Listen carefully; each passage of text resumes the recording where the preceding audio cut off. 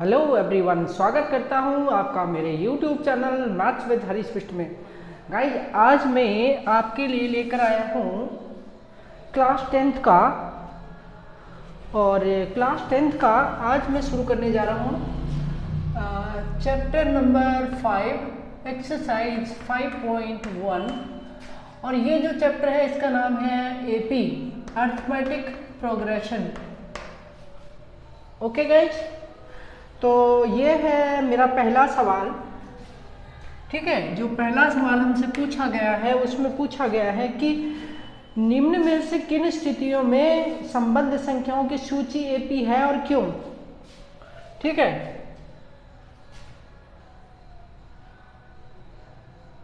कौन एपी है तथा क्यों, ये हमारा पहला सवाल।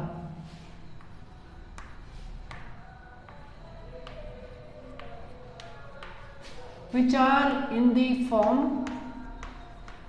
of an AP। तो गाइस, ये है पहला सवाल जिसे मैं हल करने जा रहा हूं। और सबसे पहले हमको दिया है, कहता है कि एक टैक्सी का फेयर जो है ना, वो प्रत्येक किलोमीटर के बाद टैक्सी का किराया यानी फेयर पहले किलोमीटर के लिए 15 रुपये और उसके बाद के अतिरिक्त किलोमीटर के लिए 8 रुपये है। तो हमें इस स्थिति पर विचार करना है और देखना है कि क्या ये एपी हो सकता है। तो गाइज, तो इस सवाल को आप ऐसे समझें। इसने बोला कि पहले किलोमीटर का किराया, इसको मैं ऐसे लेता हूँ। मान लिया ये मैं एक टैक्सी फेयर के लिए यहाँ पर एक ग्राफ से आपको समझाने का प्रयास करता हूँ। टैक्सी का किराया कहता है कि पहले किलोमीटर का, मान लिया 0 से चलना शुरू किया, पहले किलोमीटर का किराया हो गया 15 रुपये। उसके बाद पर किलोमीटर का किराया, ये हमारा डिस्टेंस है माना।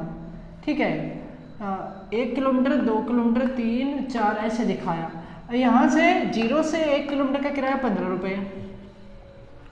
उसके बाद किराया हर बार 8 रुपये बढ़ जाता है, 8 8 8 ऐसे। तो प्रत्येक अतिरिक्त किलोमीटर का किराया 8 रुपये है। तो अब हम देखते हैं क्या इससे एपी बनती है। तो ये मैंने आपके सामने रखा है, इसके आधार पर तो लेते हैं। तो सबसे पहले हम लेते हैं पहले किलोमीटर का किराया। पहले किलोमीटर का किराया बराबर 15 रुपये।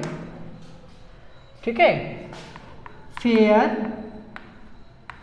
For the first kilometre. Okay guys, fair for the first kilometre is ₹15। अब हम देखते हैं दूसरे किलोमीटर का किराया। ठीक है, fair for the second kilometre. तो अगर पहले किलोमीटर का किराया 15 रुपये है तो दूसरे किलोमीटर का किराया में क्या हो जाएगा, 15 में 8 जुड़ जाएगा। तो कितना किराया हो जाएगा, 15 और 8 23 हो जाएगा। ठीक है गाइज, अब तीसरे किलोमीटर का किराया, इसका किराया निकाल लेते हैं। तो हम क्या करेंगे, 23 में फिर से 8 जोड़ देंगे, क्योंकि यहाँ से यहाँ तक का किराया तो 23 रुपये हो गया। अब 23 में फिर 8 जुड़ गया तो अगले तीसरे किलोमीटर का किराया आ जाएगा। 23 और 8 कितना हो जाएगा, 31 हो जाएगा, 31 रुपीज।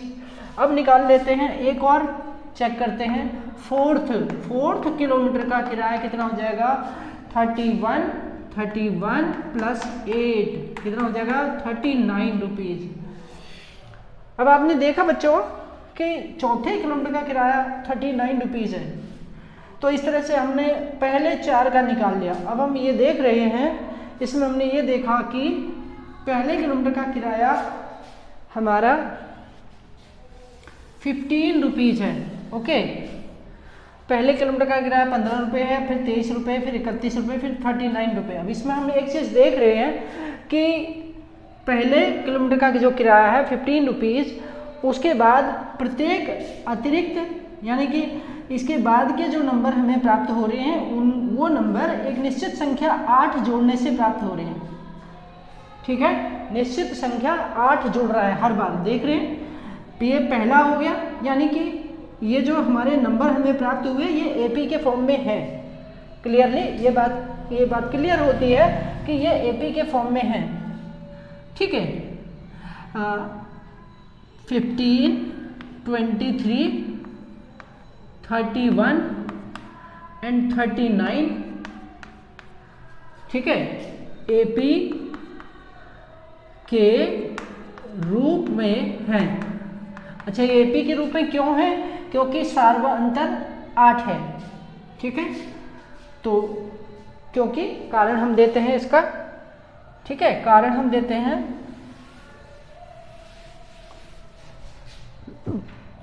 तो इसका रीजन हो गया क्योंकि सार्व अंतर यानी कॉमन डिफरेंस समान है। तो ये है बच्चों इसके पीछे का कारण, आप समझ रहे होंगे। सार्व अंतर जो है 8 है, सबका एक समान है, और हमें पता है कि अगर सार्व अंतर समान होता है तो वो एपी होती है। इस बात को समझ लीजिए, सार्व अंतर सबका एक समान है। और इसको हम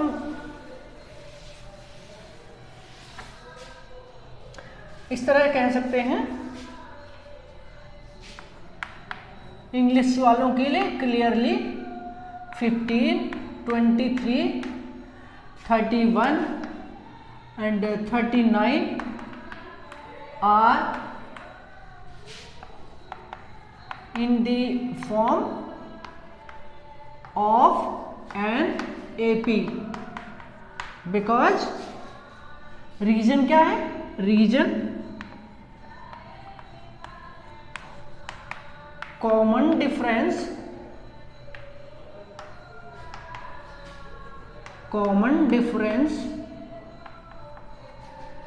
इज सेम।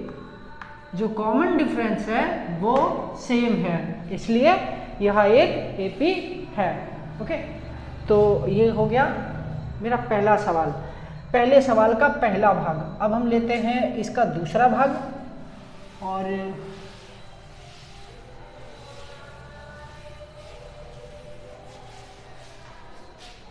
दूसरे भाग में हमको बोला है किसी बेलन यानी सिलेंडर में उपस्थित हवा की मात्रा जबकि वायु निकालने वाले पंप प्रत्येक बार में बेलन की शेष हवा का 1/4 भाग बाहर निकाल देता है। बच्चों प्रश्न को ध्यान से समझिए। एक बेलन है, एक सिलेंडर है, सिलेंडर, इसमें हवा भरी है, हवा, इसमें एक वैक्यूम पंप काम कर रहा है। वैक्यूम पंप, मान लिया ये हमारा वैक्यूम पंप है, ठीक है, वैक्यूम पंप। ये वैक्यूम पंप हर बार इसमें जो हवा भरी है उसका 1/4 बच्चों 1/4 बाहर निकाल देता है। ठीक है, मान लिया इसका वॉल्यूम है, इसमें जो हवा है इसका वॉल्यूम है B, तो हर बार इसका 1/4 जो है पंप जो है 1/4 यानी 1/4 हवा इसमें से खींच लेता है हर बार। मतलब एक स्ट्रोक में 1/4 हवा का आयतन जो है, आयतन का 1/4 भाग पंप एक स्ट्रोक में खींच लेता है। इस सिचुएशन के लिए हमें चेक करना है कि क्या ये एपी है। तो लेते हैं इसे, और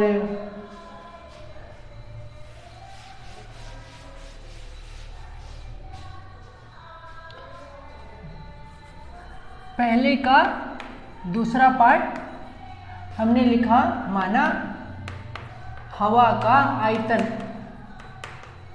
हवा का आयतन हम ले लेते हैं V। ठीक है, let the volume of air in the cylinder.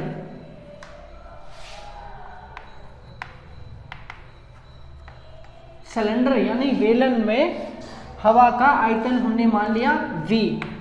ठीक है बच्चों, अब एक स्ट्रोक में यानी एक बार में निकला निकली हवा, ठीक है। प्रत्येक स्ट्रोक में यानी ईच स्ट्रोक में कितनी हवा निकलेगी, इन ईच स्ट्रोक, प्रत्येक स्ट्रोक में कितनी हवा निकलेगी बच्चों, कितनी हवा निकलेगी, वॉल्यूम का 1/4, ठीक है। तो हम क्या करते हैं, कितनी हवा निकलेगी वो हमें पता है कि हवा निकलेगी वॉल्यूम का 1/4 यानी कि V का 1/4। अच्छा, अगर 1/4 हवा निकल गई तो रिमेनिंग यानी शेष हवा कितनी बची, ठीक है। तो रिमेनिंग एयर हम निकालते हैं, तो रिमेनिंग एयर अर्थात शेष हवा, तो शेष हवा कितनी रह गई, इसके लिए हम क्या करें बच्चों, देखिए 1/4 कम हो जाती है ना, तो हम 1 में से 1/4 माइनस करते हैं। 1 में से 1/4 यदि माइनस करें तो कितना आएगा, 4 × 4, तो 4 - 3 सॉरी 4 - 1 तो ये जाता है 4 - 1/4 यानी कि 3/4। तो हर बार 1/4 हवा निकाल लेने के बाद उसमें 3/4 हवा बची रहती है, ठीक है गाइज। तो इतना आपको समझ आया।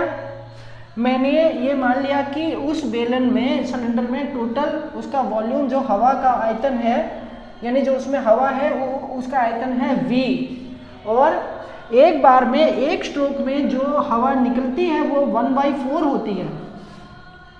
अगर 1/4 हवा एक स्ट्रोक में निकल जाएगी तो उसके बाद यानी एक स्ट्रोक के बाद उसमें कितनी हवा शेष बची होगी, रिमेनिंग एयर क्या होगी, उसका वॉल्यूम कितना होगा। इसके लिए 1 में से 1/4 को माइनस किया, इनका एलसीएम लिया 4, एलसीएम लेने के बाद हमें मिला 4 - 1/4 यानी 3/4। क्लियर है। अब हम लेते हैं इसको एक एपी के फॉर्म में, okay.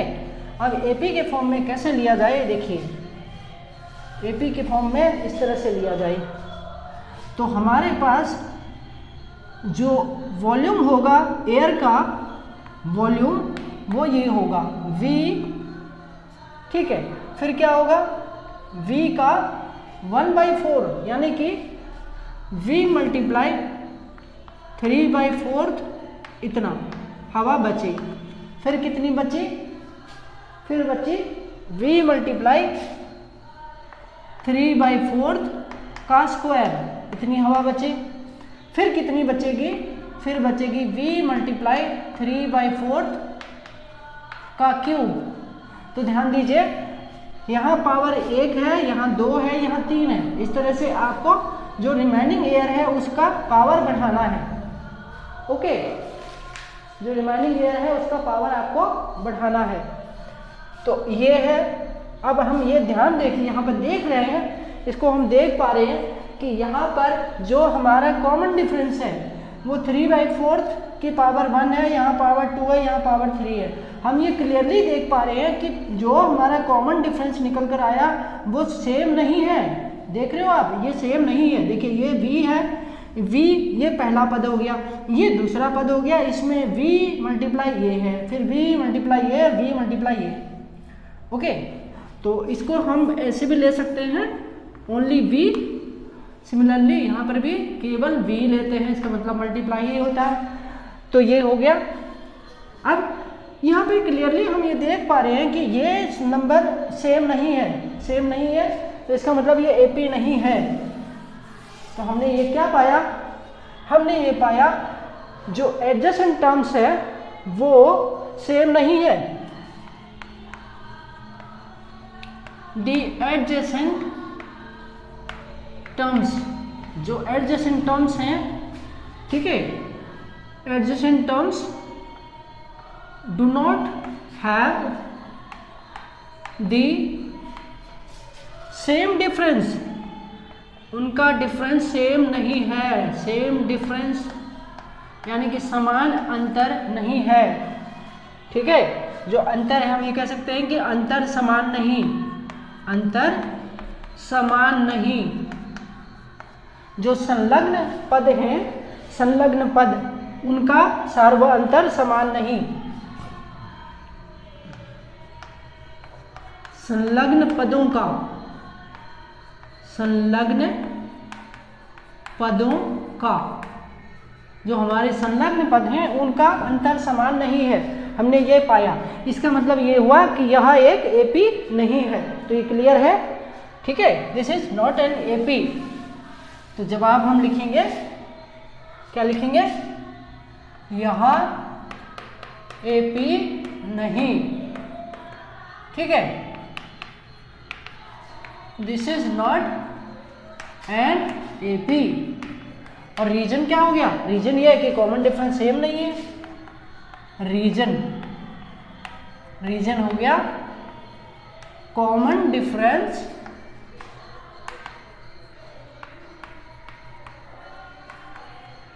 Is not same, common difference same नहीं है, सार्वअंतर एक समान नहीं है।